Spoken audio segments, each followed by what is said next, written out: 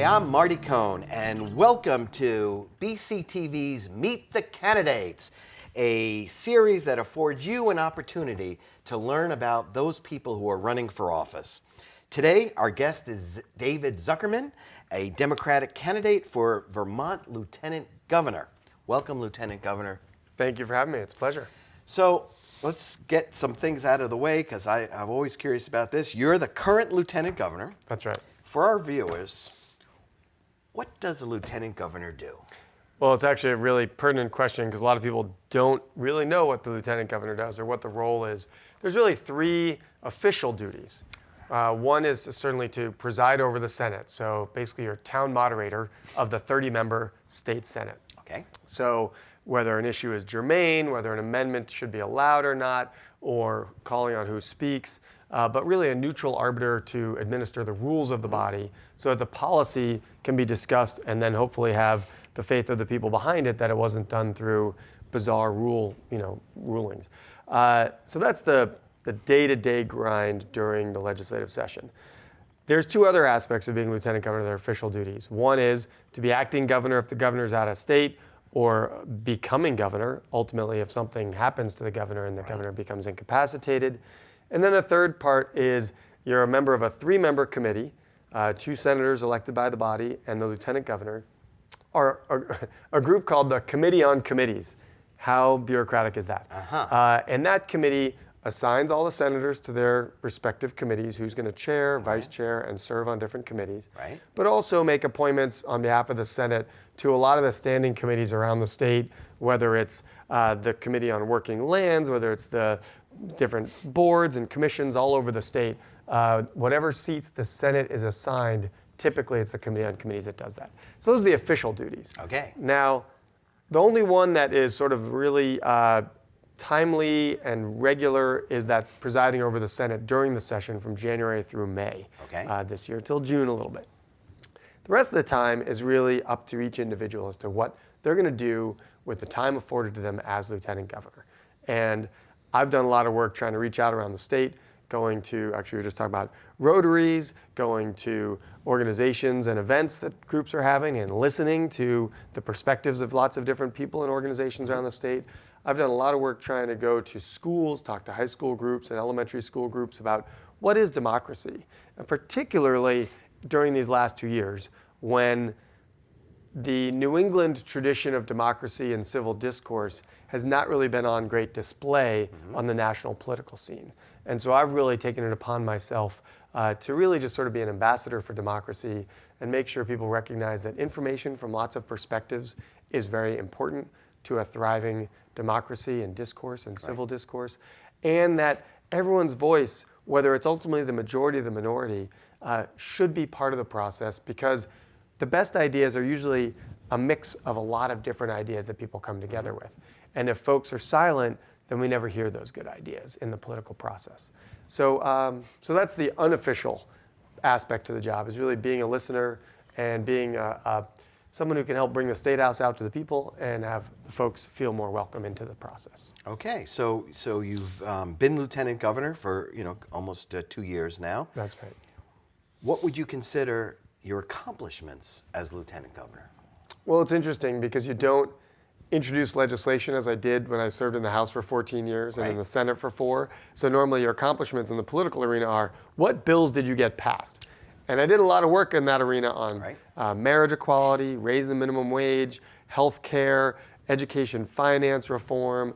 There's GMO labeling, which is a big issue down here in the southeast part of the state. And as lieutenant governor, you don't get to really go, I passed this bill. Right. But what I have done is really made the office open to everyone. I've got an open coffee hour on Friday mornings during the session where anybody could come in, talk to me about their ideas. I can help them learn who to go talk to throughout the State House, really make sure the building is welcome. I've also been very active in trying to make the issues of the building out there for the people. So we've produced a newsletter that goes out every couple weeks electronically. Folks can go to ltgov.vermont.gov to sign up for that. And it often has a little more depth and substance than some news stories because there's just not enough time in the news. So it's got links to more information. I've worked with that and other avenues I'll describe in a minute, to help organizations that are helping people across the state, whether it's the Alzheimer's Association, whether it's a mentoring group, to really get out there what they do through that newsletter, but also through a weekly FaceTime town hall that I host, again, during the session for half an hour, to really talk about things groups are doing, issues they're working on. But also in that same town hall, I've gone to where I have, for instance, a discussion with advocates for raising the minimum wage one week, and the next week have folks who are concerned about raising the minimum wage the next week. And that way, if you have that half-hour conversation and people want to watch both sides make their points, then the everyday public can draw their own conclusions instead of just from the soundbite one sentence that a politician gets to say for it or a politician gets to say against it.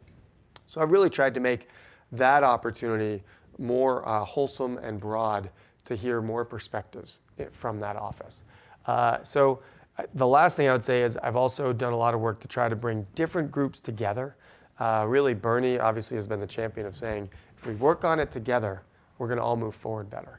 And so I started a meeting, a regular meeting with environmental folks and labor folks, whereas historically sometimes there's been a divide, and said, let's come together in a meeting, get to know each other. There were people who had worked in that building that I've known for 10 or 15 years that had never sat down together. Great. And I said, wait a minute, you're advocating for many similar things, people's well-being, from their job to their environment, to their water, to their air. Let's see if we can come together, talk about whatever issue you might have on a bill where you agree 90%, but then there's going to be a fight because of 10% of it, and work that out so we can go hand in hand and move it through the legislature. So I've looked for those kinds of opportunities to bring folks that don't always agree together to figure out, okay, let's work out the differences and move forward together. So you've decided to that you want to continue in that office. Yeah. Why do you want to continue? Well, I've only just begun. Wait, there's a song there somewhere. Maybe. 2 years is a fairly brief amount of time, and we haven't been able to accomplish all that we want to, whether it's bringing folks together around the issues I've already talked about. I also get to be a spokesperson and attend events, whether it's press conferences or gatherings, to help bolster the profile of those events, whether it's around climate change, whether it's around rural economic development and broadband and agriculture in our rural areas. And we have a lot of issues still around our schools. And I would like to be a voice to talk about what's driving the costs in our schools, not just the political soundbite of, let's cut taxes. Right. Great, we saved you $30 this year. What's that really do? What's that mean? Versus what's driving the cost of our education, which is, frankly, social services. If you go talk to superintendents and principals, teachers aren't being teachers anymore. They're having to be part-time teachers, part-time social workers, part-time guidance counselors. Let's let teachers be teachers, and let's find a way to bring the huge human services agency, $2.4 billion a year of expense, the huge education apparatus, $1.7 billion a year, and find that overlap where they're both doing social services for these kids.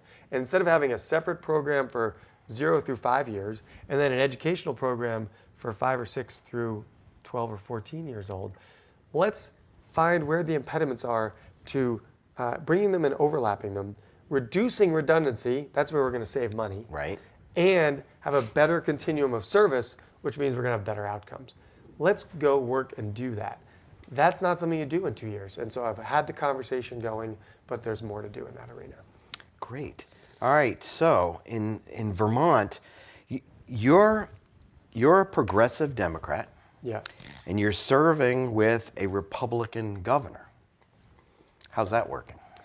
Well, it generally works fine. I've reached out to the governor in many ways to try to work on some issues together. Unfortunately, either he or his staff decided early on that it was better to have a lot of distance between us. Oh. The governor had invited me in during the transition time after he first got elected, and he said, well, being in the cabinet during the Shumlin administration wasn't overly productive for him. The cabinet never did anything while he was there, and therefore he didn't decide to include me in his cabinet meetings.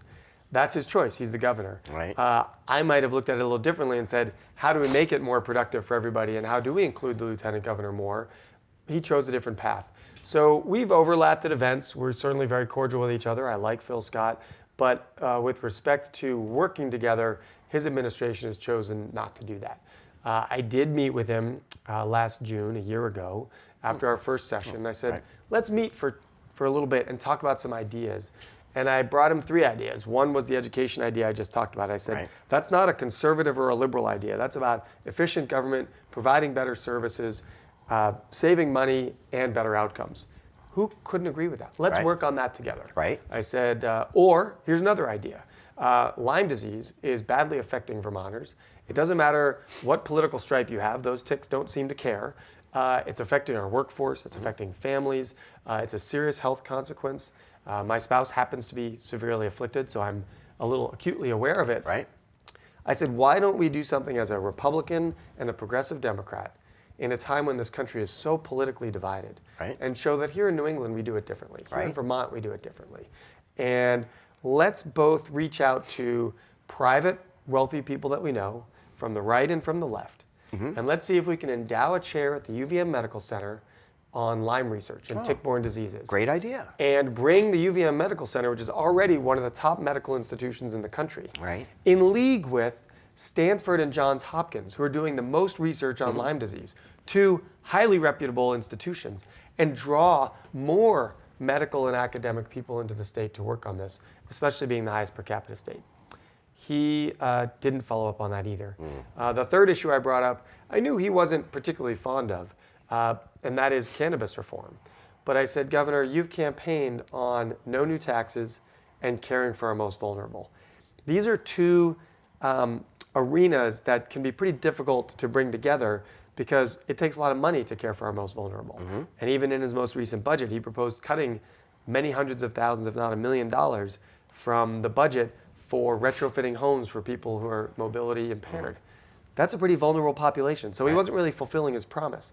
But I said, if you get behind a tax and regulate model that supports small businesses in Vermont, not corporate agriculture, not corporate cannabis, you will have a growing economy from tourism as well as the cannabis industry to grow the state coffers as well. You won't need to raise taxes, and you can care for your most vulnerable. This is your get out of jail free card. I hope you'll consider it. Needless to say, after my 15 minutes of pitching all 3 of these ideas, his office, neither he nor his staff, reached out to me. So the overall concept of working with the governor, I mean, it works fine, we're cordial, but unfortunately, from his direction, we're not really working on anything together, which I wish we would and could. That's too bad. Yeah. So you served as a state rep for 13 years. 14. 14, okay. Closest without going over. A state senator for 4 years? Correct. Okay. How are you finding the transition to the executive branch? It's a fantastic question. Thank you. All right. I'm going to put a check next to Well, that. it is a transition. It's very different. As I said earlier, as a legislator, you get to put in bills on any topic you want. You gather with others and try to build momentum for that particular topic, whatever it may be. And often that means organizing around the state as well to get enough voices supporting your ideas through their legislators that percolates up out of the 1,000 bills that are introduced.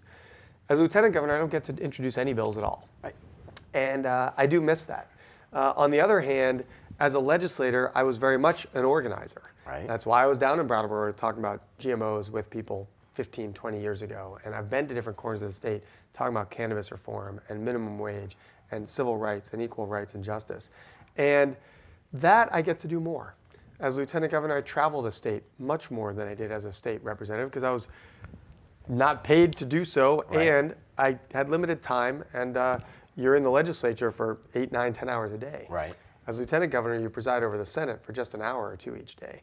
And that gives time to either meet with people in the office or for half a day travel to different corners of the state during the session, and even full days like now, travel the whole state and meet with folks and organize and listen and build momentum for those issues that I think Vermonters hold dear, whether that's raising minimum wage that the governor vetoed, whether it's paid family leave that the governor vetoed, whether it's just to the west of here, making sure that businesses that pollute the water or potentially poison people pay for that medical testing, which again, I don't know why the governor would veto that bill, but he did. And so I now have the opportunity to go around the state working to build momentum for those issues for the next session. And that's been a real pleasure because I love people. Right. And generally, I think people like talking with me. I'm sure there's some out there that don't really like on me that much. And that's the reality when you're in politics and you stick your neck out. Some are going to appreciate it. Some are going to appreciate it but not agree. And others are going to sort of hate on you. But overall, Vermonters really value that conversation. And I really appreciate doing that. So I really liked that part of it. Great. Well, personal note is my daughter lives up in Burlington, so Okay. we actually met before. I'd see you at the Burlington Farmers Market. Right. So you're a pretty well-known figure there. So you mentioned, you're a long-standing advocate for cannabis reform. Sure. As Lieutenant Governor, what's your current role on that issue? Well, there's a few different things. One is certainly just dispelling misinformation. There's 80 years of misinformation about cannabis in general. There are accurate snippets from the conversations, but a lot of it gets blown out of proportion or misrepresented. So as Lieutenant Governor, I have a little bit louder voice to help quell some of that misinformation. So I do that. I also bring people into the office, different legislators, together to say, okay, your idea for cannabis reform is this. Your idea is this. Let's see if we can come up with a harmonious way forward so that we can hit the ground running. And we've been having some of those meetings this fall. Great. I've certainly spoken around the state on this issue. I am well known on this issue amongst the other issues I've advocated for over the years.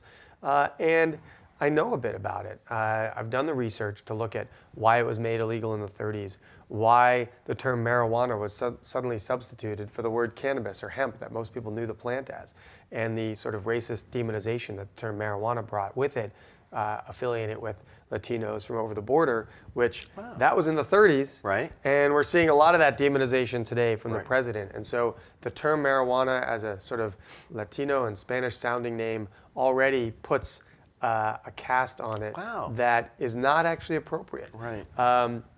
So lots of those kinds of conversations, just dispelling the myths. Some of the discussion of, well, it's so much stronger today than it used to be. There is stronger cannabis today. Well, let's talk about why. During prohibition of alcohol, they made stronger alcohol. Right. The bottom line is you want the most potent stuff you can get so you can carry the smallest amount with you wherever you're going. Whereas with alcohol, with a legal and regulated market, you know what alcohol percentage is in the beer, different levels for different beers. You know it in wine, you know it in spirits. So you know how to regulate how much you consume. Why we don't want to move in that direction for a product that is everywhere out there. Right. And where drug dealers or the underground market, they don't go, oh, by the way, show me your ID. Are you 21? Right. Whereas the stores in those states with illegal, you can't even go into if you're not 21. Right. And we're not going to eliminate the black market. I think we have to be realistic in this conversation. But if we, and I try not to call it the black market, I try to call it the underground market. Right. Another term, right? Right. Like think about what that implies. You saw me go back. I know, and I normally am actually pretty good about that, so I apologize for that. But the underground market won't be eliminated, but it'll be greatly reduced if we have a legal regulated market that 70 or 80% of the adults go to purchase their cannabis. That's going to reduce youth access. It's not going to expand it the way that people fear. In fact, there's some reports out recently about the decriminalization of cannabis showing youth rates have not gone up in those states, and even in the legal states, youth rates are not going up. And much the way people were fearing the sky was going to fall. Right. I think we have to have honest conversations with our youth about cannabis, about alcohol, about tobacco, that if you consume any of these things while you're still developing in those teen years and early 20s, you're fundamentally programmed more likely to become addicted to substances later in life. That is a much more, I think, fear and truth inspiring reality for young people than if you try that, you're going to die. Right. The reality is people I know who have smoked cannabis or consumed cannabis don't the next day go, well, that was fun. I'm going to stick a needle in my arm. Right. That's not, that gateway discussion is one of those myths that taints the conversation and the young people don't believe it. Right. Which then means they don't believe any of us. And that's the last thing we need, is we need truthful information so that they do believe it and they make better choices when they're younger so that they can make responsible choices when they're older. Well, we all remember Reefer Madness. That was quite a movie. Yep. All right, let's get back to the campaign here. So, you have a Republican challenger this year. Sure. Why should voters choose you? Huh? There's a softball. Go for it. Well, I mean, it's interesting. I don't want to speak a lot about my opponent, but the bottom line is we have very different views on a lot of these issues. He's now supportive of a tax and regulate system if we're going to have it legal at all, but would ultimately prefer for it to stay underground and unregulated. I think that's the wrong way to go. It's failed for 80 years. Let's change gears, and I think it would help our economy. I support a progressive stepped increase in the minimum wage. A lot of folks talk about affordability. Well, $30 or $50 in taxes would be a lot easier for someone to afford if they had a 50-cent pay raise, because a 50-cent pay raise is $1,000 a year more in their pocket. Right. So when we talk about affordability, you can tackle it from multiple directions, but the political rhetoric on taxes is really about $30 or $50 a year versus $1,000 a year in increased pay for people. So we have a difference of opinion on that. We have a difference of opinion on climate change. I think Vermont could and should work towards more renewable energy, partly because it creates a lot of jobs in Vermont, and partly because it's the right thing to do. I have a 12-year-old daughter. I have an organic farm. It's a small business. We have felt the effects of climate change, from excessive rains last year in June to extraordinarily dry this year, which I don't think is the case in the southern part of the state. Right. Literally 100 miles apart, we had drought, and you had crazy rains. I was Right. just talking to some farmers down here, said they couldn't get 2 or 3 days in a row that were dry enough to cultivate and kill the weeds. Right. That's not the weather we used to have. Right. And we've now kicked that can down the road for the last 30 years, so now we have to do more and more aggressively. My opponent is of the, we can't make much change no matter what we do in Vermont approach. That's not my mentality about climate change. Paid family leave.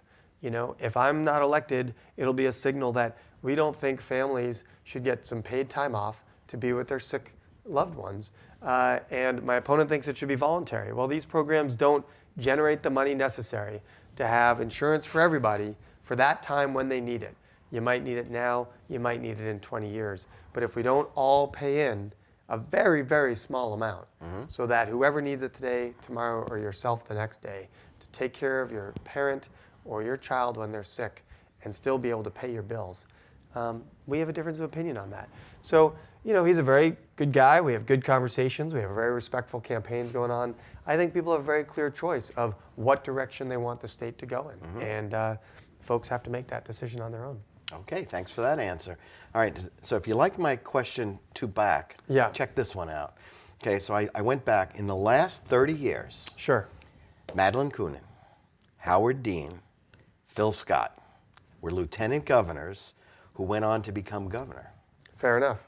Will you be added to that list? Well, not in this election. I'm running for re-election as lieutenant governor. Right. And what happens 2, 4, 6 years from now, I have no idea. And I know some folks, that's crazy. People always have ambition. Let me just put this in context. When I first ran for the legislature in 1994, when I was asked to run by a friend of mine, I ran as a progressive, and I served for 14 years in the House as a progressive. I've now served 3 terms in different offices as a progressive/Democrat to help alleviate the 3-way race conundrum. But the point I'm trying to make is, when you run for office at the local level as a progressive, you don't really have a vision of winning statewide office. The fact that I'm lieutenant governor now is well beyond anything I ever imagined I would be, because I thought, I'm going to go in there, I've got 2 years, and then I got 2 more and 2 more. Right. But in each succeeding 2 years, I look at it as I've been given the opportunity to serve for 2 years, to do everything I can to push forward the values that I've talked about, push forward the values that I think Vermonters have in common with me, and move that ball as far as I can. And I'm not one that says, I'm going to hold back to see if I can rub some elbows to get to this next level wherever it is. I just figure I'm lucky enough to have 2 years to fight for what I can fight for. And I'm going to do that for these next 2 years. And a year, year and a half from now, we'll see what people want from me, what my family can handle with a kid that'll be going into high school at that point, with a significant sized 20 acres of vegetable farm, chickens and pigs, a spouse with Lyme disease. We've got to see how those things go, what kind of management I have on the farm, how my wife's health is, how my daughter's handling middle school and into high school. Those are all factors that we have to take into consideration. So that'll be a discussion for another day, I think. Okay, fair enough. I had to ask. Absolutely. All right, so fair. All right, last question is there anything that I missed? Is there anything you wished that you wished I asked? Well, no, not really. I mean, I think you covered a lot of key issues. You've covered what the role of the office is. You didn't ask what my sort of hobbies and things I like to do outside of politics are, which, I think it's helpful for people to get to know who these people are. Right. I've always enjoyed playing soccer. I still play on a co-ed team indoor in the winter. I don't really play in the summer because the risk of injury while I'm a farmer is just a little too great. Right. So I really enjoy soccer. I don't get out and ski as much as I'd like. We had hoped to do more cross-country skiing out of our back door on the farm. Snow's been a little thin this last number of years. We get spells of it. Right. So those are some of my hobbies, a little bit of basketball. And other than that, it's a little bit of reading and just walking in the woods because between farming and politics, there's not a lot of spare time in the day and what little time I have with my kids. Right. Kid. Well, One kid. One kid. Okay. Kid I and wife. I thought we had breaking news. I know, right? All right. Well, David Zuckerman, Democratic candidate for Vermont Lieutenant Governor. Thanks for being on the show. Thank you. I appreciate it. Okay, Great great. opportunity. So the general election is Tuesday, November 6th. Remember, you can vote early in person. Any day, right now. You could vote absentee by mail. You can vote absentee hand-delivered. Or you can even vote at home on Election Day. Please vote. Well, voting at home on Election Day is tough. You need to adjust the peace to do that. But you can. You can. Okay. I'm Marty Cohn. Thanks for watching.